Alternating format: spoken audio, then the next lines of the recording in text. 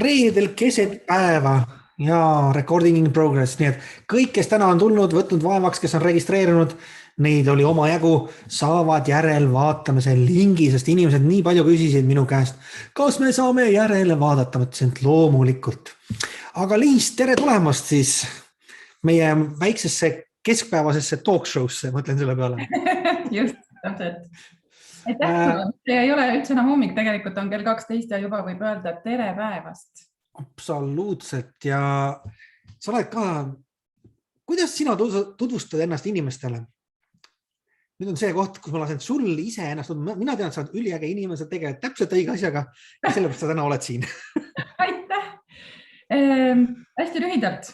Ei ole võimalik mitte kedagi tutvustada. Ei ole. Täpselt ei ole võimalik ka sinul ennast tutvustada niimoodi lühidalt, aga mina olen Liis Kuurme. Ma olen ennekõike selline inimene, kes on hästi-hästi uudishimulik ja püüab näha maailma suurelt, laialt ja hästi suure pildina. Ja see, miks ma täna siin sinuga vestlen, on see, et minu igapäevane tegevus, minu igapäevane selline, ma ei saa öelda, et töö, aga see kirg on suhelda inimestega ja aidata neil näha seda, mis toimub nende sees seal sügaval. Me võime seda kutsuda alateadvuseks, me võime kutsuda seda hingeks. Mul ei ole absoluutselt mitte mingit vahet, aga ma aitan näha inimestel seda, mis toimub nende sees, et kui nad ei ole sellest ise aru saanud, kui nad ei oska sinna sügavale vaadata, siis see on see minu kirg, et aidata neid sellel teekonnal. Just, ja täna sa oled siin selleks, et sa jõuaksid aidata rohkem inimesi lühema ajaga. Sest üks ühele vestlused on jumalast ägedad, ja see ongi meie kirg ja minul ka samamoodi, mulle meeldib inimesi aidata, aga me saame seda teha palju mastaapsemalt ja suuremat juhul, kui me teeme selliseid, kuidas ma ütlen siis, ütleme siis tutvustavat asja, nagu sellele, millega meie tegeleme, et inimesed saavad ise pärast edasi informatsiooni otsida, saavad meie poole pöörduda, kui tahavad. See ongi nende valik, me anname lihtsalt võimaluse, järjekordse võimaluse. Ja mul oleks nii kaua, kui meie siin Liisiga räägime, mul oleks hea meel, kui sa paneksid kommentaaridesse. Siin on selline chatbox on olemas. Sa paneksid, kust piirkonnast sa pärit oled. Ma tean, et meil on vaatajaid kindlasti Soomest, Norrast, Eestist, Soomele, Saksamaalt, Hispaaniast peaks olema paar inimest. Et pane, kus kohas sa oled. Et see on hästi põnev minust nagu teada ka. Ma panen mul selle chatboxi siia lahti, siis ma näen ka, kus te olete. Aga Liis, kuidas sina sattusid üldse selle alateadvuse ja ütleme siis hinge või üldse selle vaimse poole juurde, sest enamus inimesi, need ei oma ju, ütleme nii, et pole õrna aimu ka sellest, et me eksisteerime korraga 3 tasandil, et nad ei ole seda kuulnud, nad ei saa sellest aru ja nad tahavad meeleheitlikult tulemusi parandada. Tead, selles mõttes sa juba nagu ütlesid midagi olulist siin ära, et kuidas mina sellele teekonnale sattusin. Ma arvan, et ma olen intuitiivselt või kuidagi selliselt nagu loomupäraselt aru saanud algusest peale, et ei ole ainult lihtsalt mina siin ja siis see füüsiline keha ja siis on mul mingid mõtted ja nii edasi, et see maailm kuidagi nagu on ikkagi palju suurem. Ja mulle tundub, et tänases olukorras inimesed hakkavad sellest aina rohkem aru saama. Ma arvan, et see, kuidas ma sellele teekonnale sattusin, oligi see, et mul oli ilmselt nagu selline õnn olla õigel ajal õiges kohas, sattuda kokku just nimelt nende inimestega, kes hakkasid mulle peegeldama seda, et tegelikult ei olegi ainult see sinu see füüsiline keha ja mõtted, et on ikka päris palju rohkem. Mis tõttu ma lõppkokkuvõttes jõudsin sellise maailmapildi juurde, kus ma sain aru, et see, mida inimmõistus üleüldse suudab päriselt nagu aru saada, on igal juhul 1% sellest, mis kõik olemas on.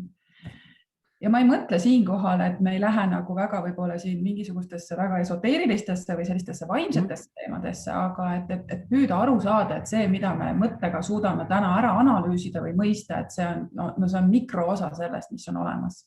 Ma arvan, et see, miks ma sellele teekonnale sattusin või kuidas, oligi see, et see sisetunne sellest nagu aru saada, et ma lihtsalt läksin nagu seda teed, et seda rohkem uurida.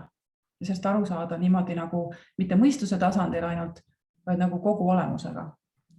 Päriselt ka aru saada, sest sa tõid väga hästi välja minust selle, et aru saada, inimesed arvavad, kui nad loevad raamatut, siis nad saavad asjadest aru, aga mulle väga meeldis, kui Bob Proctor mulle kunagi ütles, Karmo, sa võid lugeda palju tahad. Kui sa seda rakendama ei hakka, siis pole mitte millestki aru saanud. Ja ma küsisin, et kuidas ma seda tean, et kas ma olen aru saanud, siis vaata oma tulemusi, mida sa küsid. et kuidas sina üldse, vaata, kui me panime siia pealkirjaks ka sellise mina pilt ja et kuidas sina ütleksid, kuidas sina sõnastaksid mina pilti? Meil on kindlasti 2 erinevat sõnastust sellele mina pildile või kuidas on sinu nägemus sellest asjast? Tead, see on hästi huvitav, sellepärast, et sa võid ju lugeda raamatust igasuguseid asju. Ja mul oli ka muide rõõm olla eelmine hooaeg siis koolis õpetaja ja ma andsin inimeseõpetuse tunde 7. klassile, kus oli ka minapildi teema oli sees. Et kui ma räägin, ütleme, noorte inimestega sellises vanuses minapildist, siis nad saavad sellest asjast ühtemoodi aru. Ja elukogemuse, vanuse, tarkuse ja kõige muu hariduse kontseptsiooniga tuleb tegelikult sellest arusaamist minapildist tuleb aina rohkem nagu selline suurem lai pilt ja lai skaala nagu erinevaid aspekte sinna juurde.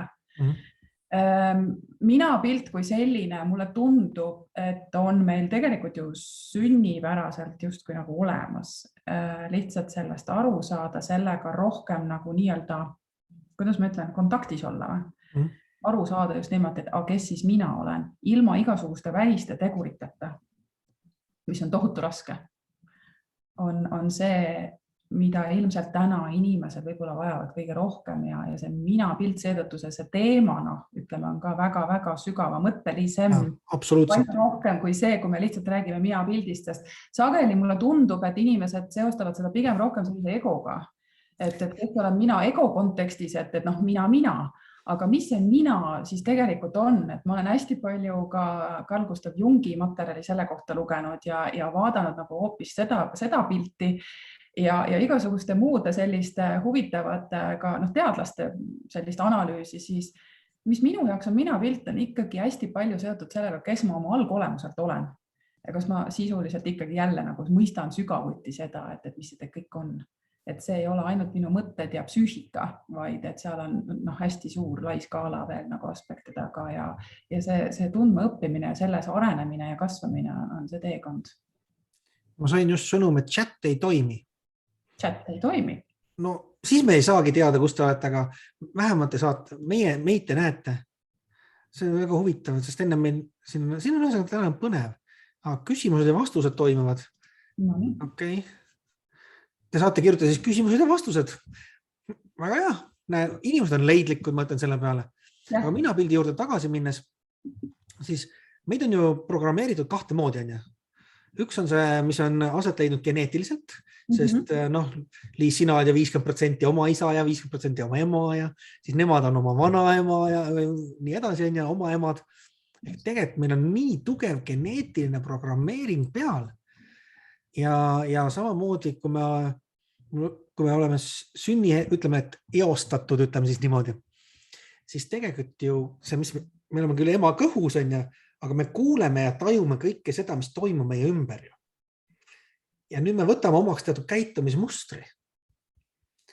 Ja nüüd me kujundame selle järgi, kui meil hakatakse lapsepõlves rääkima, et Karmo, sa oled koba, sa ei sobi inimestega, ma mäletan seda hetke, kui mulle öeldi, sa ei sobi inimestega töötama, sa peaksid tegema sa pead tööle minema kuskil, kus sa ainult üksinda oled, et sa ei sobi inimestega ja nii edasi, siis tegelikult see nagu, mis sulle räägitakse ja see, mis sul on geneetiliselt pandud, see kokku annab sulle sellise, ütleme siis mina pilt on nagu, mina ütleks selle peale vaatenurk iseendale, milleks ma võimeline olen, milleks ma ei ole võimeline.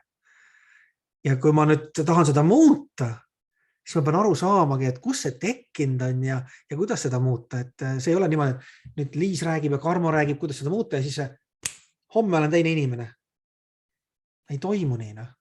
Et webinarid ja kohtumised, kui inimene tuleb Liis sinu juurde või ta tuleb minu juurde, siis ega mina ei saa mina pilti muuta niimoodi. Nagu võluvitsaga või see, nagu mis see džinn 3 soovi vaata.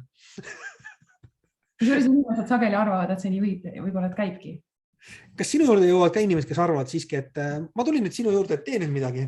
No on vaata selliseid pärleid ja ma saan aru, miks nad seda teevad, et ma ei pane üldse pahaks seda või kuidagi ei alahinda seda, et ma arvan, et see on mingis mõttes ka teatav uskumus selline, et ma ise ei ole üheks või teiseks asjaks võimeline, sest mul justkui nagu ei ole seda antud, ma ei tea kus kohast, aga mul ei ole seda antud, et äkki sina saad selle justkui minu eest ära teha ja siis kuidagi installeerida selle minu sisse, eks ole. Ja on neid inimesi, aga mulle tundub, et täna siin need vaatajad ja kuulajad, kes meid jälgivad, on võib-olla juba aru saanud sellest, et hoolimata sellest, mis on sulle geneetikaga kaasa antud, mitte ainult ütleme selline genofond, mis puudutab sinu füsioloogiat, anatoomiat ja kõike muud sellist, vaid et ka selline uskumussüsteem, nagu sa rääkisid, et mõttemustrid ja käitumismustrid, et keegi teine ei saa sekkuda vägivaldselt selle muutmisesse. Et need inimesed kardavad täna võib-olla sellest nagu aru saada, sest see, et iseendast nüüd midagi muuta, nad ei taha hästi nagu aru saada, et see kõik see ressurss või see oskus ja teadmine on kõik nende sees olemas. Nüüd ma usun, et nii sinu kui minu, kui ka võib-olla teiste selliste sarnase valdkonnaga tegelevate inimestega ongi võib-olla see kõige sellisem olulisem sõnum inimestele, et teate, et see ressurss on absoluutselt igas ühes olemas.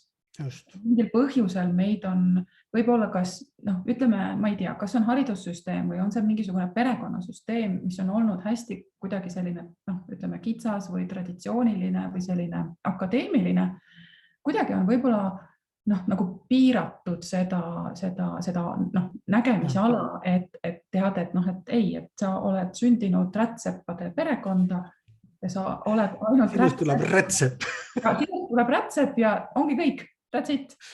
Et mulle tundub, et inimesed täna vist juba natukene hakkavad aru saama ja aimama, mõtle, aga ma võin kosmonaut ka olla.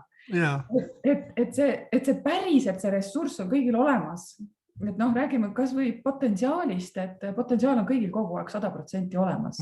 Küsimus on lihtsalt sellest jadas, et mis sa teed ise selleks või mida sa saaksid ise teha selleks, et mööda seda jada hakata liikuma sinnapoole, et sa võib-olla kunagi oled kosmonaut. Absoluutselt. Ma olen sinu 100% nõus, et selle asemel, et käia ühelt webinarilt teisele ja loota, et sealt tuleb see nagits, mis nüüd muudab sinu elu. Seda ei tule. Ma absoluutselt garanteerin kõigile, kes täna on. Neid praegu on 61 inimest vaatamas, registreerinud oli minust 150 pluss. Et see muutus ei tule mitte sellest, et sa kuuled meid, vaid see muutus tuleb sellest, et sa hakkad ise mõtlema, et sa oled kõigeks võimeline. Ja see potentsiaal on alati olemas, sest kõige suurem osa sinust on vaimne. Me oleme täna siin meie esoteerikas nagu ei lähe, aga kõige suurem osa on vaimne. See on alati olemas igal pool samaaegselt. Et see ei ole, et Liisil Tallinnas on täna rohkem seda vaimset poolt kui Pärnus Karmol. Et see päris nii ei käi. Meil on võrdselt. Ütle uuesti. Kus sa tead? Ja meid ongi nagu, me oleme oma olemuselt oleme kõik täiuslikud. Aga ma olen võib-olla julge suuga ja võib-olla mõni ütleb, et Karmo, ära ütle niimoodi, aga meid on programmeeritud idiootideks. Suht koht nii on, jah. Meid pannakse uskuma, et keegi teine vastutab meie eest. Aga mina ise vastutan enda eest ja ma arvan, Liis, kui sa selle avastuse tegid ja hakkasid tegelema üldse alateadusega ja selle time-waveride asjadega, siis järsku oli nagu kergendus või ma ei tea, kuidas sinul oli kergendus või? Ma saangi kõike luua. Ta aitab küll sest jamast. Kusjuures on hästi huvitav küsimus selles mõttes, et mida ma olen, ütleme, mitte ainult ise enda puhul, aga oma klientide puhul vahetevahel tähele pannud on see, et kui meid on pandud uskuma või arvama, et see meie nii-öelda varjupool on ikka ohtlik ja seal on mingid luukered ja mingid traumad ja siis on mingid sellised kollid, mida me tegelikult ikkagi kardame, ehk et seal on ka muu hulgas igasugune selline, nii-öelda kutsutakse negatiivseks emotsiooniks, et kadedus ja viha ja pahameel ja kõik sellised asjad, et see on see, mida inimesed kardavad. Siis tead, selle jutu põhjal ma saan öelda, et vastupidi, 90% inimesi, ja see oli isegi kuskil teadusartiklis välja toodud kunagi, et 90% inimesi tegelikult kardavad vastupidi, mitte seda varjupoolt, vaid seda, kuhu poole paistab päike, et kui sul on see sinu elu ja siis kõik need võimalused on su ees nüüd järsku nagu niimoodi lahti läinud, uksed on lahti, valgus paistab üldse ja seda on lihtsalt liiga palju, et kuidas ma sellega nüüd nagu hakkama saan, et sisuliselt, kui sul on eluaeg öeldud, et komm on halb ja ära söö kommi ja siis sa astud kogemata kombel kommipoodi sisse, kus on täis kõiksuguseid komme, millest sa oled unistanud, siis kujuta ette on ju, et seda on lihtsalt nagu liiga palju.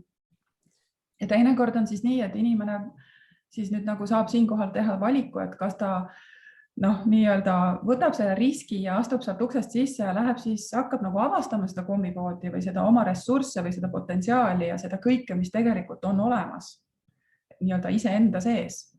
Või siis astub sammu või 2 tagasi, paneb ukse kinni ja ütleb, et ma ei tea, ma ei näe. Ja. Parem tegelen selle varjupoolega ja kardan seda. Kusjuures see väga hästi toob mulle meelde ühe ütluse, mida Bob ütles Torontos kunagi. Me narrime last, kes kardab pimedust, on ju. Aga mis saab palju hullem on see, kui leidub täiskasvanud, kes kardavad valgust. Ja just seesama, et väga hea näide kommipood on ja kujuta nüüd ette, kui sa oled nagu Graf Monte Cristo pimedas istunud on ja ma ei tea, mitukümmend aastat ja nüüd järsk, kui sa saad valguse kätte, sa tahad pimedusse tagasi panna, sa paned silmad kinni, tahad pimedusse tagasi minna, sa ei taha seda valgust. Ja täpselt sama juhtub inimesed, kes avastab, et ta ise saab luua maailma enda jaoks, siis see tundub nii ebareaalne, et ta läheb pigem tagasi oma pimedusse, kui ta hakkab looma. Teine variant on veel, ta astub sinna kommipoodi sisse ja hakkab valimatult kõike kahmama sisse, kui kaua ta on koomas. Ja vaata, siin on nagu see hästi hea ütlemine, et see on see vaimne shoppamine, et kuidas inimesed siis lähevad nagu selle kõigega, mis maailmas on. Nüüd ma tahan kõike korraga hästi palju saada. Et üks selline nagu huvitav siis nii-öelda inimeste grupp täna ongi tekkinud minu jaoks ka nagu nähtavale, et nad ahmivad ja tahavad seda kõike nagu nüüd kohe ja korraga saada ja kui ma ei saa, sest mulle ju öelda, et nüüd on kõik olemas, kui ma seda kõik kohe ei saa ja eile ei saanud, siis ei tööta jälle nagu, et mis jama te räägite mulle. Et siis ma olen nõus sinuga. Äärmus ka, on ju. Et inimesed tahavad neid tulemusi nii kiiresti vaata. Aga kujuta ette, et siin 40 aastat on sul räägitud, 50 aastat või 60 vahet ei ole, on sul räägitud, et elu on raske, ega raha ei kasva puu otsas, tee rasket tööd, siis sa saad edukaks, ma ei tea, käi mitmes ülikoolis, siis sa saad omale raha või mis iganes on ja siis on äge elu. Ja meil on seda räägitud, aga nüüd me tahaksime seda muutust ja me oleme saavutanud teatud standardi, ehk mina ütlen alati see, mina pilt on meie peegeldus, vaata meie tulemustes on ja me oleme selle saavutanud ja nüüd me tahame kardinaalselt teistsugust. Praegu ma näen ennast, ma ei tea, palgatööl käiva inimesena, ma teenin 1500 eurot kuus on ja nüüd ma ütlen, et ma tahan homme olla miljonär ja teenida 100 000 eurot või 100 000 siis kuus on ja siis see mina pilt ei tule järele. Ja nüüd ta ongi hädas ja kuna ta see käib kuu või 2 proovib on ja ei õnnestu, see ei tööta. Siis liiks, kui kaua sina oled tegelenud alateadvusega, õppimisega, et aru saada iseendast, kui kaua sul aega läinud on? 40+ aastat. Aga mõtle, kui sa teadlikult hakkasid seda nüüd tegema. Ja mul ka 40+ on ja ma natuke olla 50 ikkagi.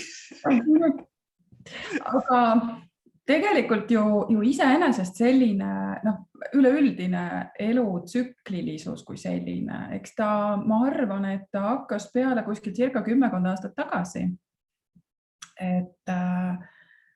Ja ma näengi seda pigem aina rohkem ja rohkem, et mida sügavamale sa lähed, seda rohkem sa avastad ja sellel ei ole põhja. Et see on nagu lõputu teekond. Et kui sa nagu selles mõttes selles kommipoes nagu lõpuks rahuned maha, et need ei saa mitte kunagi otsa. See kommipoe nagu need lettide jada, need ei saa mitte kunagi otsa. Ja sa saad aru, et kuule, see on ju nagu väga-väga mõnus lihtsalt olla siin kohal ja nagu võtta jao kaupa nii nagu sulle, ütleme, vajaduste põhiselt on vaja ja elu tuleb ja näitab ja õpetab sulle iseenesest neid asju, nii ilma, et sa peaksid survestama seda. Ma arvan, et kuskil 10 aastat on mul olnud võib-olla sellist aktiivset aega. Minul oli ka 2012 eneseareng hakkas pihta läbi otsemüügi. Miks ma ütlen inimestele alati, et võrkturundus, otsemüük, ma ei tea, network marketing, mis iganes inimesed nimetavad, see on väga äge enesearengu koha pealt, sest see on nii tegelikult tugevad programmid tihtilugu taga, aga inimesed ei oska seda näha, sest nad lähevad sinna raha teenima. Selle asemel, et näha, et kui ma inimesena kasvan, mida me täna räägime kogu aeg, kui me inimesena kasvame, ehk kui meie minapilt muutub, raha järgneb, aga raha ei tule enne. Nii et kui sa lähed otsemüüki ja valetad ja vassid, siis sa öeldakse, et karma is a bitch, siis sa tegelikult tekitad omale nii-öelda karmavõla, mis tuleb sul ühel hetkel tagasi ja väga valusalt võib tulla. Nii et ära mine sinna raha teenima, mine arenema, kasvama ja siis tulevad ka tulemused. Aga Liis, kui me räägime mina pildist, siis kas sina kunagi kujutasid ette, et ma hakkan nüüd inimestele õpetama, mis asi on see alateadus või hing, kuidas sellega ühendust saada? Kas sa kunagi mõtlesid sellise peale, kui sa laps olid? Nuka ei tohtinud sellist asja rääkida ka. Need sõnad, ma arvan, et olid nii võõrad, et ma arvan, et tol ajal üldse keegi ei rääkinudki sellest. No, ma ei tea. Mina ka ei tea vähemalt, aga ma just alati mõtlen, et kui ma Bob Proctoriga koos olin või niimoodi, siis mõtlesin, 60-ndatel, Earl Nightingale oli ju 60-ndad, kus ta alustas seda siis personal development, enesearenguga, siis 60-ndad meil ei räägitud midagi, siis ma sündisin ju 70, keegi hakka vanust arvutama pealegi, 76, et mul ei olnud isegi õrna unistus ka, et ma saaks välismaale või kes Tallinnas elad, vaatasid võib-olla Soome TV-d, aga Saaremaa saab midagi vaadata. Sa mõtlesidki, et elad ära ja käid oma vanemate rada ja käidki tööl ja see on normaalne vaata. Ehk see mina pilt tegelikult kujuneb välja vastavalt sellele, kuidas vanemad sind kohtlevad, kuidas sa ütlesid vaata hästi Liis Enemsele, et ühiskond on ja koolisüsteem, kuidas ta sind kohtleb. Õpetajad tihtilugu panevad ju hinnanguid ühe töö põhjal. Sa oled ikka eriline jobu, praegu vist ei tohi enam öelda, aga Vene ajal öeldi küll, et sa oled loll ja me saadame sind Kaagverre või kus kohta neid saadeti internaatkoolidesse. Et praegu ilmselt sellist sõnakasutust enam ei ole, ma loodan vähemalt koolis ja kaardikepiga vastu näppe ka ei saa. Mina küll olen saanud. Kaardikepi enam ei ole. Enam ei ole, nüüd on digitaalne. Nüüd saad virtuaalse müksu. Et tegelikult on ju küsimus, et üks asi, me saame aru, et see on meil olemas, ja tänu sellele, et meil see minapilt on, me olemegi täpselt seal, kus me oleme. Et küsimus on ju selles, et kuhu me tahame liikuda, vaata, kui ma sinu juures käisin, siis sa tõid ka nii hästi välja selle, et tähtis pole, kus sa oled olnud, et okei, sa oled olnud, aga tähtis on see, kuhu sa tahad minna. Et kui palju sa ise oled näinud ka nende aastate jooksul, et tegelikult inimestel on see, kuidas ma siis ütlen, siht on virvarr tegelikult toimub, et ei ole seda sihti. Et kui inimesed sinu juurde jõuavad, mis nende enamus nagu siis, kui me üldistame, et mis on nende enamuse nagu selline väljakutse elus? Ma arvan, et nad võib-olla ei oska seda isegi sõnastada. Just. See on, ma arvan, et see on kõige suurem väljakutse igale inimesele. Ma arvan, et mitte ainult minu vastuvõtul, sest mina ju, ma alati alustan oma sellist tööd inimesega üks ühele läbi selle, et ma küsin, et okei, et mis sind siia tõi ja mis on see, mida sa tegelikult soovid. Ehk et ma olen võib-olla natukene selline üle piiri või üle ääre selle küsimusega, et ma alati ütlen neile, et tead, et kui sa lähed oletame näiteks arsti juurde, siis arst küsib, et mis teil viga on, mis on pahasti, mis on valesti. Siis ma tahaksin olla ise enda elus selles mõttes eeskujuks teistele ja ma küsin oma kliendilt seda, et aga mis on sinu kavatsus, mis on hoopis see, mida sa tahad, mis on see, millele sa tahad fokusseerida. Ja vaata, kuna me olemegi, ütleme, hästi palju, ma arvan, et see ei ole mitte ainult Eestis ja eestlastega niimoodi, et me oleme hästi palju otsinud inimestes süsteemides, olukordades, mis on valesti ja me tihti nagu kiita ja seda positiivset poolt välja tuua. Isegi halvas olukorras on midagi positiivset ja õpetlikku. Et kuidagi oma enda elus ma olen aru saanud, et isegi siis, kui on väga rasked olukorrad ja väga keerulised ja võib-olla selles mõttes nii-öelda auku kukkumise hetked, siis püüda leida selles midagi väga olulist enda jaoks, mis on kasulik tuleviku perspektiivis. Püüda sõnastada kas või selle kontekstiga, et okei, et võib-olla mitte, et mis mu eesmärk on, aga mis on mu kavatsus, millele ma tahan tähelepanu ja fookuse nüüd seada, et ma enam siia olukorda samal kujul ei satuks. Et see on, ma arvan, et selline hästi keeruline koht inimestele täna. Et kuidas sõnastada, sest kui sa ei oska võib-olla isegi unistada, kuidas sa oskad seda siis sõnadesse panna või kust siis üldse alustada, et see minu protsess sageli inimesega algab sellest ja siis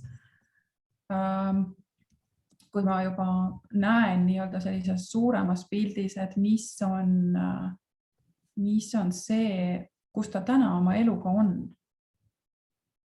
Et ta saab aru, kus ta täna on, et vahet ei ole just nimelt, et kus ta olnud on, aga kus ta täna on ja mis ressursse ta täna veel saaks kasutada, võt siis alles hakkab tekkima nagu mingisugune selline selgus ja oskus hakata sõnastama, et kuhu poole üldse liikuma hakata.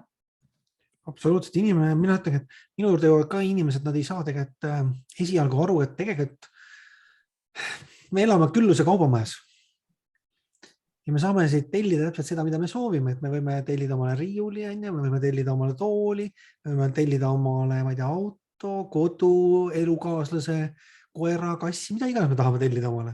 Ja mulle väga meeldib selline ütlus, et küllusest me võtame küllust ja järele jääb küllus. Aga inimestel esialgu on selline piirav uskumus, et kui mina nüüd saan rohkem, siis järku teisele jääb vähem. Ja see on see, nagu see, mina ütlen, hirmud ja nii palju ka vahepeal, et chati sain tööle, nii et võite hakata kommenteerima. Ja kui me nagu hakkame uskuma seda, et tegelikult ma saangi rajada vaata kõike, siis see nagu kuidagi see, ja kui see enesekindlus sinna taha tuleb, see usk iseendasse, sest esialgu meil pole usku iseendasse, ma arvan, sinu juurde satuvad ka inimesed ja nad ütlevadki, ma ei usu iseendasse või mul on mingi piiravad uskumused, asjad on ja absoluutselt kõigil meil on need piiravad uskumused. Aga mis need on? Ja kui ma teadvustangi endale, see ongi see, mida ma olen endale sisendanud, see sisendus, autosugestioon on, siis me saame seda muuta teiseks autosugestiooniks. See on seesama, et vaata, see tasand, millel mina tegutsen, nüüd ütleme oma kontekstis, oma töö kontekstis on see infovälja tasand. Just. Kui see infovälja tasand on teisi sõnu nimetatud kollektiivseks alateadvuseks, kus võetakse arvesse, et aja ja ruumi kontiinium või nii-öelda see tasand, see kaob ära. See tähendab seda, et kõik on kogu aeg olemas ja kättesaadav, kõik on omavahel seotud. Siis teinekord on see lugu, et see inimene ei saagi nagu aru, kui suur või kui mahukas ta on tegelikult, see on mõõdetamatu, eks ole. See ongi mõõdetamatu. Aga mõte on siin selles, et kui sa hakkad vaatama televiisorist, oletame mingist kellast kellani mingisuguseid saateid või erinevaid telekanaleid ja sulle tuleb nüüd ütleme 3 nädalat järjest ühte seda sama reklaami, et see toode või see teenus või see asi on sulle hea ja muidugi sa hakkad uskuma seda. Me oleme siin 2 aastat või rohkemgi kuulnud väga palju sellist, mida inimesed on hakanud uskuma, sest et see on paratamatu. Küsimus on selles, et kas see, mida sa teed oma elus igapäevaselt, need valikud, mida sa teed, see, mida sa tarbid või kasutad, ütleme info mõttes, kas see on päriselt sulle vajalik, kas see aitab sind kuidagi edasi sinu enda nii-öelda unistuste elluviimisel või mitte. Et minu jaoks oli väga selge see, et kui paar aastat tagasi hakkas kuidagi toimuma midagi globaalselt väga erinevat, ma otsustasin. See oli minu otsus, et see ei ole mulle kasulik, sellepärast, et ma ei taha, et ma 2 aasta pärast oleksin närvipundar ja muretseksin kõige pärast ja ma loobusin meediast täiesti 100%. Ma ei taha lihtsalt öelda seda, et ärge vaadake midagi või ärge tehke midagi, aga pigem on see, et püüdke aru saada, mis on teile vajalik selleks, et teie oma enda potentsiaali, oma enda seda eluteekonda, oma enda arengusse rohkem pühendada. Mina loobusin meediast 2012. No, sest mul sõber tuli küll, ütles, sul on stress, ma ütlesin, et on küll. kas sa vaatad hommikuti uudiseid? Vaatan. Mis oli õhtul viimane nagu saade, mida sa pead nägema? Aga siis ta ütleski, et kui sa tahad rahulikku elu, siis loobu meedia vaatamisest, sest seal ei kajastata väga palju positiivset. Enamasti on seal negatiivne. Järelikult sa programmeerid ennast negatiivsele lainele, sagedus on jälle infoväli sagedus. Ja nüüd, kuna sa oled nii negatiivse sagedus, sa tõmbad oma jama ligi kogu aeg. Ja kuna sa tõmbad jama ligi, sa saad kinnitust järjest iseendale, et asi ongi metsas. Ja nüüd sa saad veel rohkem jama kaela ja sellepärast sa oledki stressis. Et loobu sellest. Päeva pealt loobusime ja siis ma mäletan, kui mulle öeldi ka, et issand, sa elad nagu omas mullis. Ma elangi omas mullis. Mul on väga hea mull ja need inimesed, kes tahavad, saavad minu mulli sisse tulla. Täpselt. Ja nii ongi. Ja tegelikult meile kõigile on ju. Just. Et kui te tahate rahulikku elu, siis meediatarbimine tuleb piirid panna ja kui me mõtleme kas või nõukaaja peal, meie viis võime selle käest rääkida nõukaajast, siis oli telekas oli propaganda, nimetati seda tol ajal. Ja. Aga 2 aastat on see propaganda olnud palju mahulisem, palju järjepidevam ja nii edasi, et mõelge ise selle peale, meie sellest täna ei räägi. Aga see on paratamatult on see, kui sa oled seda nagu ei ole blokeerinud ära seda infot, nagu Liis just rääkis, siis see on jõudnud sinu alateadvusse ja see on mõjutanud sind. Ja sellest ei saa aru. Just. Inimene, kes on selle sees olnud, aga kuidas, mis mõttes? Just. Mäletan, kunagi oli sellised hambapasta reklaamid, mingid Blendamedid ja siis olid pesupulbri reklaamid ja sa oled pood ja siis sa näedki ainult neid silte ja neid tooteid. Et selles mõttes see käib absoluutselt igasuguse tarbimise kohta, mida rohkem sulle näidatakse või räägitakse mingeid sõnu, seda rohkem sa tegelikult oled avatud kõigele sellele ja sa näedki rohkem seda. Ma mäletan, kui ma ootasin last, kui ma olin rase, siis ma nägin tänaval ainult rasedaid naisi. Just. Kui ma olin ära sünnitanud ja kõndisin tänaval lapsevankriga, siis ma nägin ainult emasid lapsevankritega. Kui ma sain endale uue auto, siis ma nägin ainult seda marki autosid tänaval, et see lihtsalt on sinule nii-öelda nagu kontrollimatu nagu selline Just. programm. See ongi programm ja kui sa vaatad filmi asju, mis juhtub, kui sa vaatad telekad või vaatad uudiseid, sa ei mõtle, sa ei filtreeri infot ja kõik see info läheb otse sinu alateadvusesse. Ja see mõjutab sind. Miks inimesed hakkavad filmi vaadates nutma? See on ju film. Aga ta ei filtreeri seda infot ja alateadvus, riukalik vend, ei tee vahet, kas see on päris või on see välja mõeldud. Sinu emotsioon on tõeline, järelikult see on tõde, järelikult ma nutan. Kusjuures see on väga huvitav perspektiiv, mille sa praegu välja tõid, et sinu füüsiline keha muide ei saa ka aru, et kas näiteks oht on reaalne või on see lihtsalt mingisugune väljaspoolt saadud mingisugune sõnum, informatsioon. Keha reageerib sellele täpselt ühtemoodi. Et kui sulle keegi räägib alaptasa, et üks või teine tegevus või üks või teine toit või midagi viib sind nimelt sellesse haigusesse, siis keha nagu reageerib sellele ühel või teisel viisil täpselt samamoodi kui siis, kui sul füüsiliselt reaalselt võib-olla ongi see haigus nii-öelda kujunemas. Ja. Siin ei ole vahet nagu absoluutselt. Selle koha pealt mulle hästi-hästi meeldib see alateadvuse ja minapildi ja kogu see kontseptsioon või see teema üldiselt, et me saaksime aru, et iga mõte on oma sagedus. Just. Ja see loob aina rohkem seda juurde. Et see ei tähenda mitte seda, muide, üks hästi oluline mõte on siin see, et väga palju ja sageli ma täna kuulen seda, et ma ei luba endale ligi negatiivseid mõtteid, ma ei luba endale ligi negatiivseid tundeid, kuulge nalja teete või. Nagu päriselt. Kui sa sellest juba räägid, oled sa juba lubanud. Nalja teevad, et kui sa eirad ja kogu aeg lükkad endast eemale kõike nii-öelda negatiivset, et ma ei ole üldse kuri, minus ei ole üldse viha, mul on kõik ainult chill ja ja sen, siis ma mõtlen, kuule, et see on puhas vale. Sa oled sündinud siia ilma, sa oled duaalses maailmas, siin on kogu aeg pluss miinus, siin on kogu aeg hea, halb, pimedus, valgus, et see duaalsuse nägemine ja märkamine ei tähenda seda, et sa seda pimedust ei laseks üldse ligi, vastupidi, õpi seda tundma ja kasuta seda kasuliku ressursina enda jaoks. Kui mõne inimese jaoks on kadedus negatiivne, ma ei ole üldse kade, kõik on väga hästi, on ju. Vastupidi, teise inimese jaoks on kadedus liikuma panev jõud. Ta tahab saada sama tubliks nagu see teine inimene, kelle üle ta kade on. Et ära võta seda kui negatiivset, vaid võta seda kui mingit väga olulist ressurssi, kasuta seda. Aga mõtle, tegelikult on ju igal sõnal antud mingi tähendus, vaata. Ja nüüd sõltub sellest tähendusest, mis sul lapsepõlves anti, see on kadedus, on nii halb, on ju. Noh, ja see on nagu rikkas oli nagu sõimusõna, kui sa vaatad väga palju need Hollywoodi filme, rikkad on ju pahad alati. Mis meil on sisse juurutatud? Rikkus on halb. Ma ei taha rikkaks saada. Inimesed ütlevad, raha pole oluline. Ma olen nii tihti kuulnud, ma ei tea, kus sina oled kuulnud, Liisi, aga mina olen kuulnud ja siis mõtlen, okei, aga sa võid kõik raha mulle üle kanda, raha pole oluline. Mine siis toidupoodi ja ütle müüjale, et aitäh, et sa mulle andsid selle toidu. Vaata, mis saab. Kui inimene ütleb, raha pole oluline, siis see raha ei tule tema juurde. See on energia. Sul ei ole vaja seda, järelikult ei ole sul ka absoluutselt vaja nagu ütleme siis selle poole oma tähelepanugi pöörata. Kasvada saab see, mille sa fookuse paned, on ju. Kui sa paned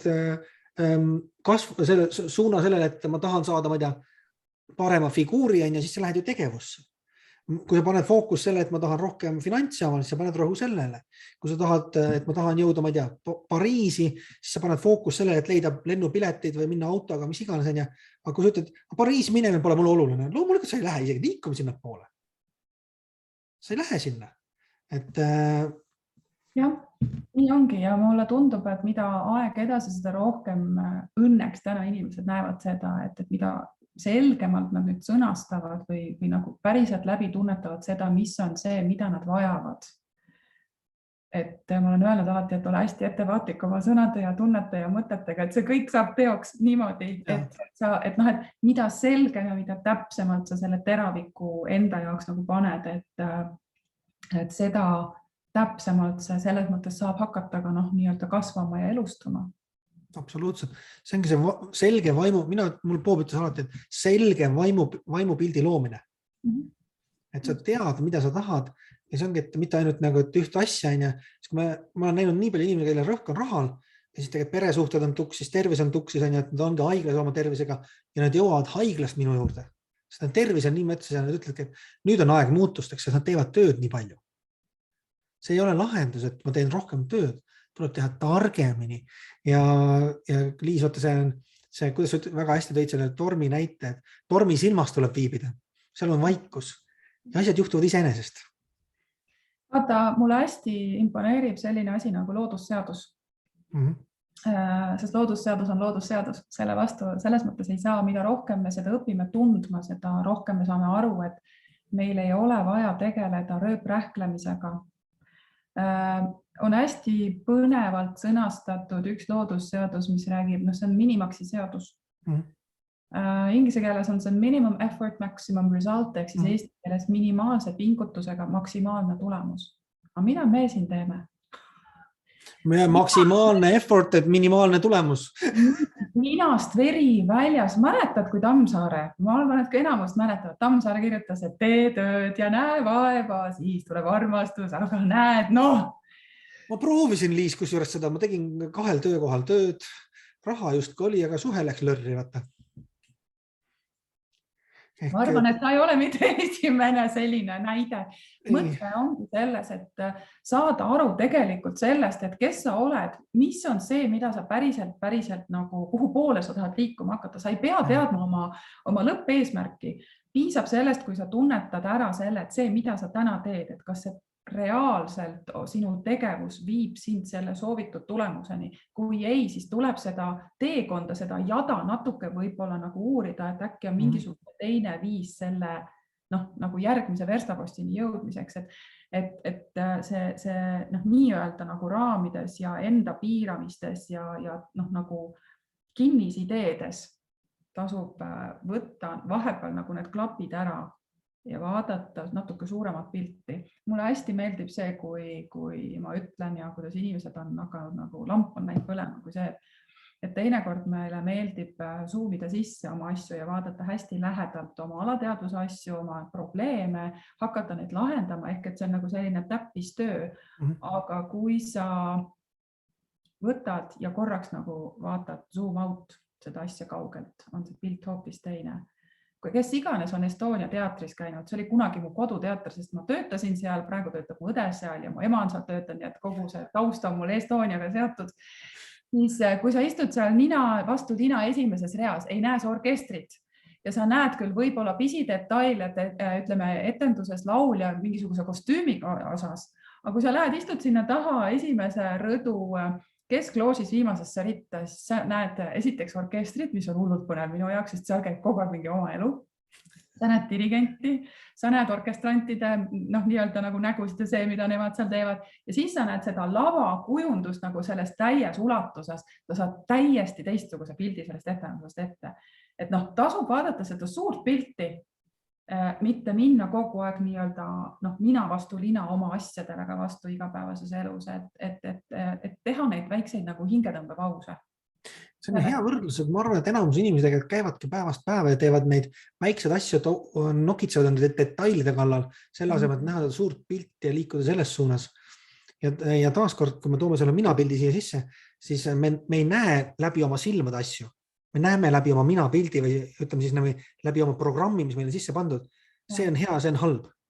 Me oleme nagu hobused, kellel on klapid pähe pandud ja me ei näe teisi võimalusi kõrvalt. Ja kui me hakkame nägema neid teisi võimalusi, siis elu muutub. Vaata, ja see on nüüd see koht, mille tõttu minu arvates, minu enda isiklikust vaatenurgast on hästi hea, kui me teinekord oma neid asju läheme ja nii-öelda räägime peegelduse saamiseks teise inimesega. Ja miks mitte ei võiks see ollagi tänapäeval väga populaarne coaching või mentorlus või mingi selline asi puhtalt selle pärast, et teine inimene näeb seda pilti natuke teise nurga alt ja oskab sulle võib-olla anda teistsuguse väljavaate sellest, kui sina oma asjade sees seal niimoodi sukeldud ja songid, eks ole. Ja näiteks mina kui terapeudina, ma leian, et see on endast lugupidav ja oluline käia ka endal teraapias ja see ei ole mitte häbiasi, et mul on mingid suured probleemid, vaid see on just nimelt, et teine inimene oskab mulle peegeldada seda, et kus ma täna olen. Võib-olla on midagi minu enda jaoks jäänud varju ja ma ei näe seda ja ta on hea, kui ta toob selle päevavalgele, et ma oskaksin nagu edasi liikuda. See on endast lugupidamine ja endast hoolimine, et see on ka mina pildi jaoks hästi oluline, sest teine inimene peegeldab sulle ju sind ennast.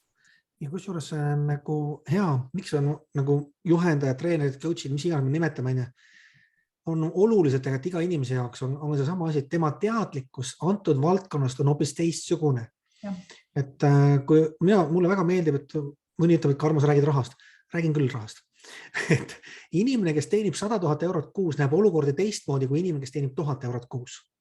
Et kui sa tahad oma sissetulekut suurendada, ära mine inimese juurde, kes teenib 1000 eurot kuus, mine inimese juurde, kes teenibki see 100 000 eurot kuus võib-olla. Või 10 000 või vahet ei ole. Mida iganes sina tahad saavutada, mine selle inimese juurde, kes on seda ära teinud, ta näeb olukordi teistmoodi. Et see teadlikkuse kasv ja taaskord me jõuame sinna mina-pildini, ka see on teadlikkuse kasv, et ma tunnistan endale, et mul on selline asi, ma näen seda ja ma saangi teadlikuks, et eksisteeribki vaimne pool minust, mul on intellekt, mille abil ma saan kõike teha ja mul on siis füüsilised tulemused ja see on kõige väiksem osa, aga sellega me kõige rohkem tegeleme. Ja. Ehk me hakkame tegelikult valest otsast pihta. Aga see on ka mingis mõttes võib-olla see sama nüüd võib-olla meie selline üleüldine hariduskultuur või haridusmaastik, mis on pannudki meid selles suunas nii-öelda kasvama, et sa tulemus peab olema ju kohe silmaga näha, aga et miks see tulemus selline on? Et miks, kui ütleme, et kui keegi õpib IT-le koolis ja on üleüldiselt selline väga nagu tark ja intellekti mõttes saab kõigega hästi hakkama, aga kui tekib pinge olukord ja sul on eksam ja sa teed selle väga kehvadele tulemustele ja sa selle järgi tegelikult näiteks saad nüüd ütleme ülikooli sisse. Et siis see tegelikult ei ole absoluutselt. Mulle meeldib väga Madame Montessori ütlus, et koolisüsteem läheneb lastele valesti. Nad eeldavad, et laps ei tea ja me peame sinna pähe toppima. Aga tegelikult meil on kõik olemas, millest me alustasime siin, meil on kõik olemas, meil on vaja see enda seest välja tuua. Ja tegelikult me ütleme siin niimoodi, Liis, me ei õpeta midagi uut kellegile, me lihtsalt aitame inimestel avada oma võimed, et nad saaksid saavutada paremaid tulemusi. Täpselt. Sest me ei õpeta midagi sellist raketiteadust. see on tuhandeid aastaid teada olnud informatsioon, et mõtted loovad, et eksisteerib energiaväli, eksisteerib sagedus. Ja kui me tahame katseid teha, siis mõtlen, et Liis, sul on seal ilusasti taim, see on ikka ehtne taim, on ju. Siis kui keegi tahab katsetust teha, võta, sa ei pea isegi potti ostma, ma ei tea, munarestid, pane sinna sisse muld, pane sinna ükskõik, mis taimed sa sinna tahad panna, pane siis kas lilled või ma ei tea, porgand, mis iganes kasvama ja pane need ühe akna peale ka, et nad on võrdsed tingimused ja kasta ja siis sa kastad ka neid võrdselt, aga räägid erinevalt nendega. Issand, kui nõme kast, siin ei kasva mitte midagi, teise juurde lähed. See on nii äge kast, see kasvab nii hästi. Vaata, kui võimsalt see kasvate. Ja vaadake, kuidas ühes siis selles anumas nimetame niimoodi, taimed hakkavad vohama ja teises nad nagu ei taha üldse vedu võtta. Meie sõnadel on nii tugev jõud ja meie mõtetel, et me võime taimed tappa või kasvama panna. Ja siis me lähme oma lähedaste ja kallimate inimeste juurde, ütleme, sa näed täna kole välja või sa oled ikka eriline loll või ütleme lastele, et sa oled rumal või napakas või mis meil viga on, ma küsiks selle peale vastu, kallid inimesed. Et sa ei saa hakkama. Jah. Sa lähed lapse juurde, ütled, et sa ei saa hakkama. Ta saab kõigega hakkama. Ma teen ise, ehk tegelikult sa programmeerid kohe automaatselt selle lapse selleks, et nojah, ma ei saagi. Keegi teine teeb. Tähendab seda, et ta jääbki sõltuma sellest, et keegi teine tuleb teeb ära. Nüüd ta jõuab täiskasvanu ikka ja ta arvab, et terapeut, arst või poliitik või kes iganes muu teeb tema eest selle elu elamise ära. Aga ei tee. Nii et sul on 2 võimalust. Kas olla väliste olude mängukand või võtta vastutus, areneda, kasvada, kasutada juhendeid omal elus ja muuta oma mina pilti. Ehk seda programmi, kellena sina ennast näed. Ja see ei juhtu ühe päevaga. Ja mul on hea meel siin chatis vahepeal korra vaatasin, on see, et tuleb võtta oma elu eest vastutus, teate mis? See on väga suure hulga inimeste jaoks. Esiteks number 1, tundmatu, mis asi see vastutus veel on. Number 2, see on niivõrd hirmutav ja ma ei tea, kas ma saan sellega hakkama. Et ma võin siinkohal täiesti käsi südamel öelda on see, mis on praegu võib-olla kõige keerulisem, ongi see, et arvesse võttes meie siinset ajalugu. Ma arvan, et mitte ainult Eesti, aga ikkagi valdava osa maailma kontekstis. Siis on räägitud ja selgitatud seda, et oli ajastu, mis lõppes tõenäoliselt arvatakse kuskil 2010-2012, kui 2012 sai Maiade kalender läbi, eks ole. Et seda kutsutigi nagu selleks ajastuks, kus 80% sinu elu eest võttiski vastutus, nii-öelda mingi süsteem. Ja ta vormis ja kujundas sinu minapilti. Ta ütles sulle, mismoodi sa pead olema, kuidas ja nii edasi, nii edasi. Ja see oligi nagu teatud mõttes selline alistumine sellele, et nojah, et see süsteem on suurem kui mina, mul polegi siin vaja mingit vastutust võtta. Heal juhul see 20% sa said nagu käe püsti tõsta ja öelda, et kuule, et ma ikka natuke tahaks midagi oma liini ka siin ajada, aga tegelikult sa sõltusid ikkagi 80% osas nagu sellisest süsteemsest maailmavaatest.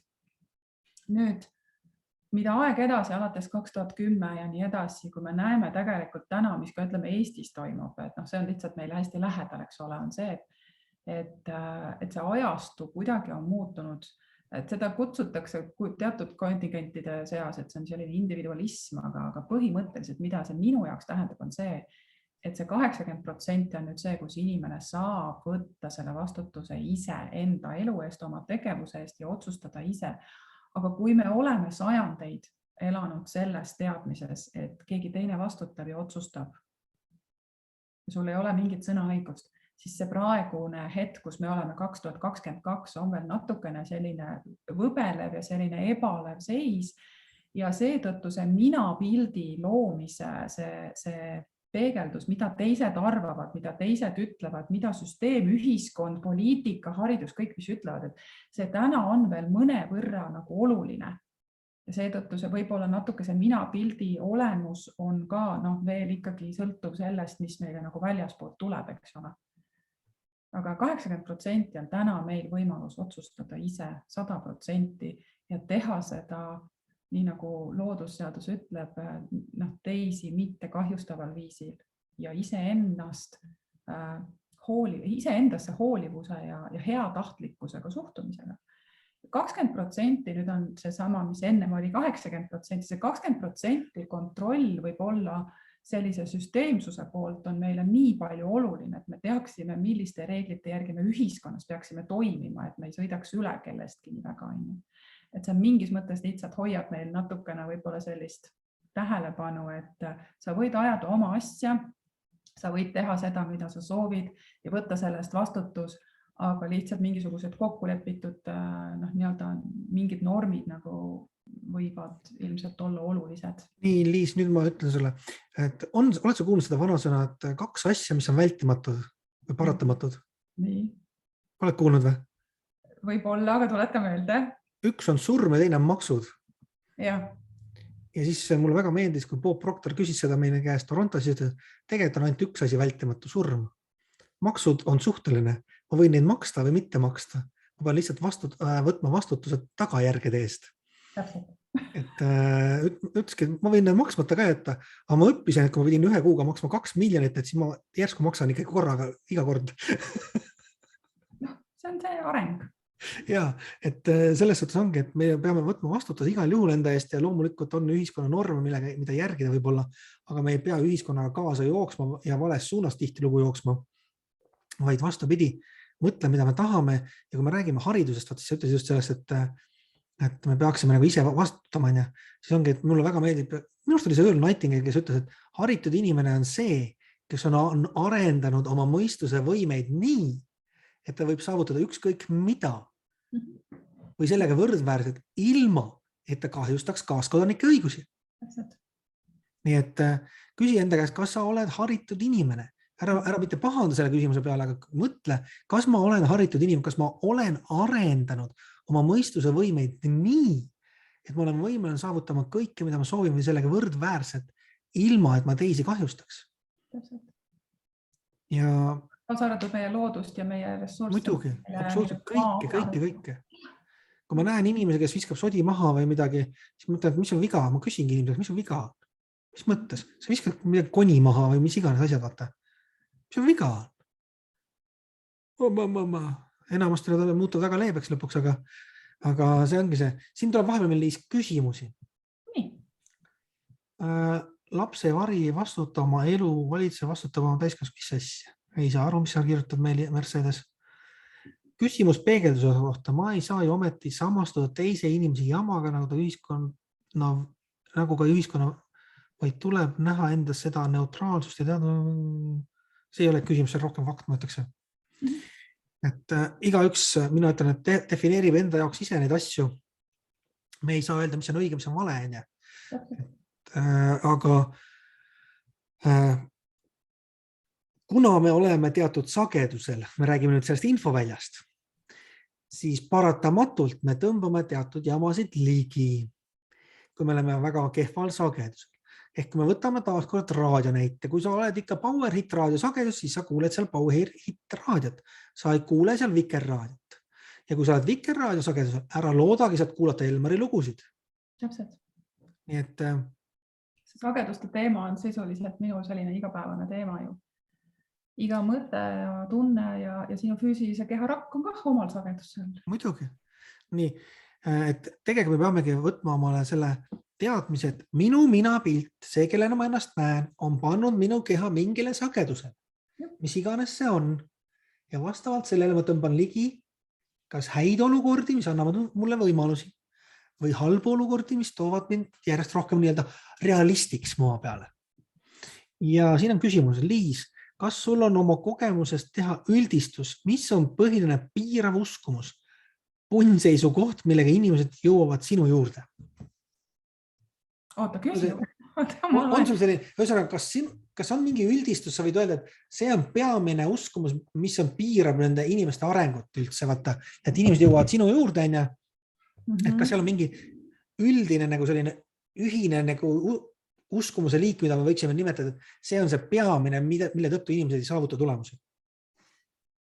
Ma ei saa öelda, et see oleks mingi konkreetne uskumus, aga tegelikult on see, et mitte ma arvan ainult minu, aga kõikide selliste kas terapeutide või coach'ide või nõustajate juurde lähevad inimesed siis, kui nad enam ei usu sellesse, et nendes endas on mingit järgi jäänud energiat või ressurssi millegiga liikleda minna. Nad enam ei usu enda võimekusse. See tuleneb tavaliselt sellest, et me põletame ennast läbi, et meil nii-öelda telefoni aku on 100% täis, siis ta töötab ja kui ta läheb sinna nulli peale, siis justkui nagu ei ole enam energiat tööd teha. Et need on need sagedused jällegi, eks ole. Et ma ei saaks öelda, et on mingisugune läbiv uskumus, sest et need inimesed, kes täna minu juurde tulevad, ei ole seotud mitte ainult, ütleme, selliste ainult ühte liiki teemadega. Et nad tulevad ka näiteks, ütleme, oma tervisega, et kui tal on tervises on mingisugune jama on sees, siis ta tuleb selle küsimusega, et mis on olnud see algpõhjus, miks see on viinud mind nüüd sellesse olukorda. Ta tahab aru saada algpõhjusest, et ta saab aru, et kui sümptomid nagu lihtsalt kinni mätsida ja see nii-öelda see koni nagu... Ravimid. Ja vahet ei ole või on see mingisugune muu füüsiline tegevus, et kui ma teen sellega füüsilise tegevuse, teen ära ja hakkan trenni tegema, olen tervislik ja ikka asjad ei lähe paremaks. Ta tahab aru saada, mis on see algpõhjus olnud. Ja see on psühhosomaatika ehk, et seal ei ole otseselt mingisugust nagu sellist väga konkreetset uskumust, vaid pigem on see, et inimese nii-öelda aku jookseb tühjaks, ta enam ei jaksa ja ei oska nüüd neutraalsest kohast vaadata seda, et mis on teda viinud selleni. Ja see on see koht, kus mina saan nüüd, ütleme, minna väga-väga kiiresti, väga sügavuti sellesse algpõhjuse, sellesse hetke, mitte selleks, et hakata seda üles kaevama mingisuguse trauma kontekstis, vaid lihtsalt tuua see seos. Et kui seal on mingi muster, mingi korduv muster olnud, ma ei tea, alates 20-30 aastat tagasi selle inimese elust, et siis et ta võib-olla ei ole osanud luua seda seost. Kui selle seose ära lood, kui sa seda aru, et seda mustrit vist enam ei ole vaja enam. Mitte tulutoov uskumus, ütleme niimoodi. Ja, et siis saab nagu sellest pinnast saab nagu nüüd edasi liikuma hakata, et kuhu oma kavatsus ja tähelepanu nüüd viia, et sellist väga konkreetset asja, kuhu nüüd kõik jäävad kinni, ei ole rohkem kui seda, et nende ressursid, vähemalt nende enda arvates saavad otsa, et ta väsid ära, sa põletad ennast läbi. Tean, olen teinud seda, aga siis ma pean ju kõik endaga üle niimoodi nagu katsetama ja kogema, et ma saan aru, et kui ikkagi nagu jaksab otsa, et siis selle nullskaala pealt ei saa veel liikvele minna, et sul on vaja endale kõigepealt see akut hakata jälle uuesti laadima. Miks minu jaoks näiteks on selline enda eest hoolitsemine, see self-care igas kontekstis on hästi oluline. Et sa pead hoidma enda vajadused kogu aeg täidetuna ja kogu aeg need akusid ikkagi täitma selleks, et sa ei kukuks sellesse nullskaalasse. Kusjuures, kui sa tõid selle nullskaala, siis ma ütlen niimoodi, ma ei ole kontrollinud fakte, aga see oli Bobi seminarit, kus ta ütles, et igas inimeses on peidus. Mõelge hästi hoolekaasa, palju sa kaalud, pane paberil kirja ja korruta see number kilogrammid, mida sa kaalud 22-ga. Ja nüüd sa saad teada, mitu miljonit kilovatt-tundi võimalikku elektrienergiat on sinus peidus. Ja siis sa ütled, et sul pole energiat. See on vale mõtlemise tulemus. Ma saan aru, aga see on see, miks nagu... Ja muidugi. Et ma lihtsalt olengi inimesel nagu väikse vihje, et see keegi on sind mõjutanud mingit moodi mõtlema. See on pannud sind negatiivsele sagedusele. Nüüd sa nagu oledki korraks rabeled sealt välja ja siis sa lähed tagasi jälle. See ongi see null sagedus, mille sind on programmeeritud, ütleme niimoodi. Ja kui sa nüüd rabeled ja lähed sealt kõrgemale, siis suure tõenäosusega sa väsidki ära ja kukkud tagasi. Meie eesmärk sinuga on tegelikult inimestel aidata seda nullskaalat tõsta, et nad püsiksid, ütleme, kui me toome jälle see raha näite juurde, siis on, et kui ma olen praegu see nullskaala, ütleme 1000 eurot, et nüüd me viime sind, ma ei tea, 10 000 euro peale, nüüd on see sinu baas, millest alla ei kuku, ja nüüd sul on jälle edasi minna. Ehk tegelikult see on, tervis on sagedus, suhted on sagedus, raha on sagedus. Nii et me võime siin Liisiga rääkida mitmeid tundsagedustest ja energiaväljadest, aga me ei tee seda.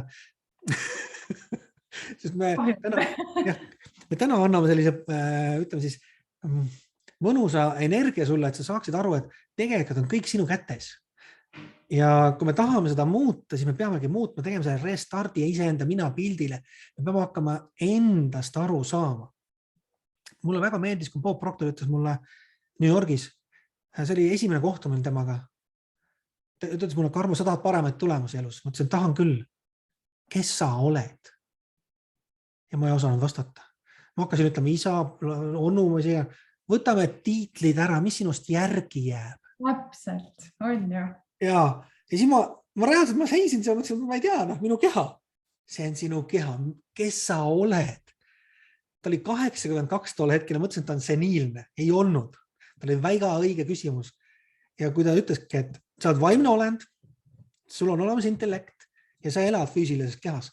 Vaimne pool sinust on kõige suurem ja kui sa hakkad sellega tegelema, et aru saada, kuidas läbi oma intellekti ja oma kõrgemate võimete seda füüsilist keha siis muuta või füüsilisi tulemusi, siis tulemused muutuvad iseenesest.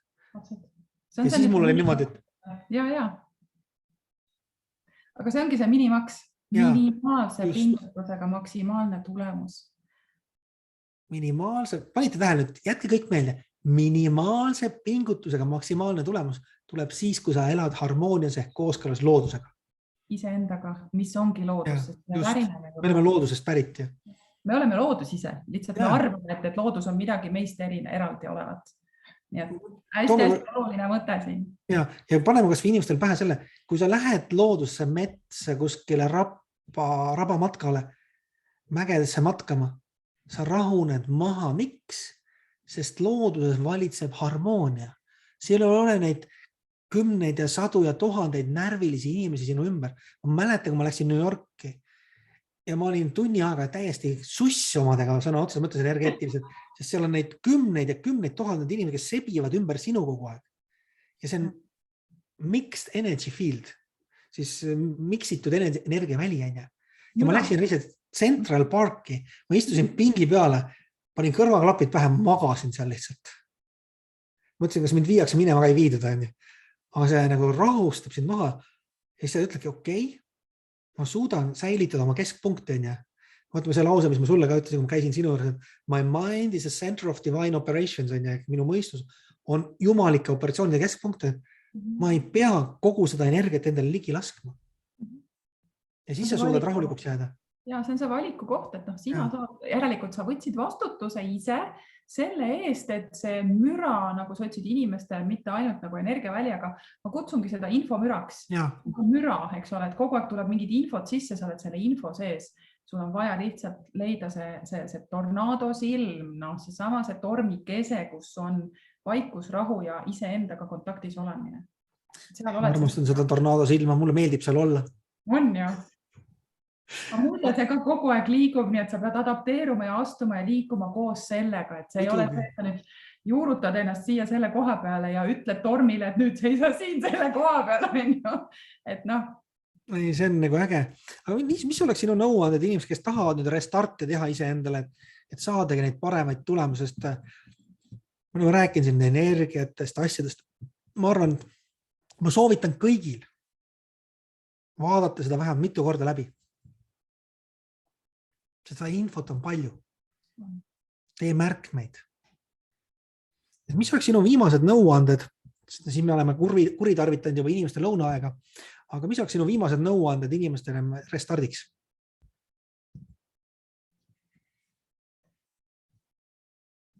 See on hea küsimus. Sellist kokkuvõtvat ei ole, aga mis mulle endale on hästi oluline ja mis minu puhul on töötanud ja sellepärast ma oskan seda ka soovitada ja õnneks mu kliendid on sellest haaratud olnud, on see, et kui midagi sinu elus on sellist, mis seisab ühe koha peal või on midagi, ühesõnaga midagi sellist, kus on sinu rahulolematus, ära mine seda kohe lahendama.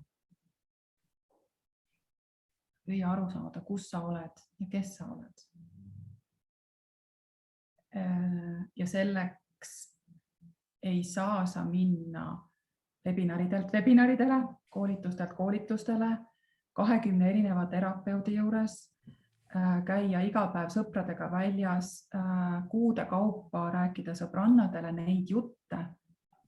Selleks on sul vaja võtta see hetk iseendale.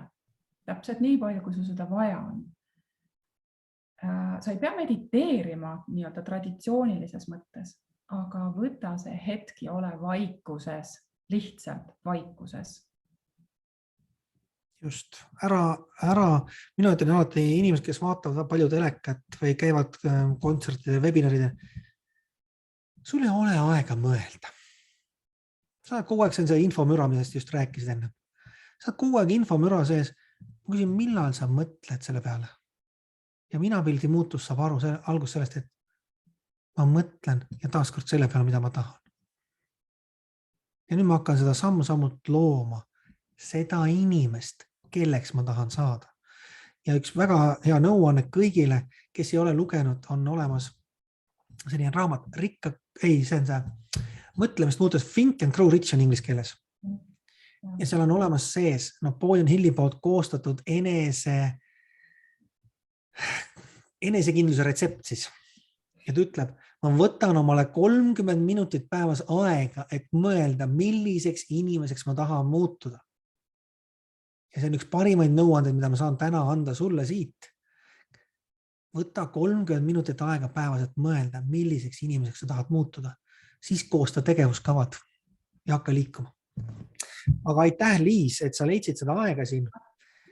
Andsid inimestele neid mõtteid ja kuulame uuesti. Meie Liisiga suhtleme niikuinii edasi veel. Meil on põnevaid mõtteid peas.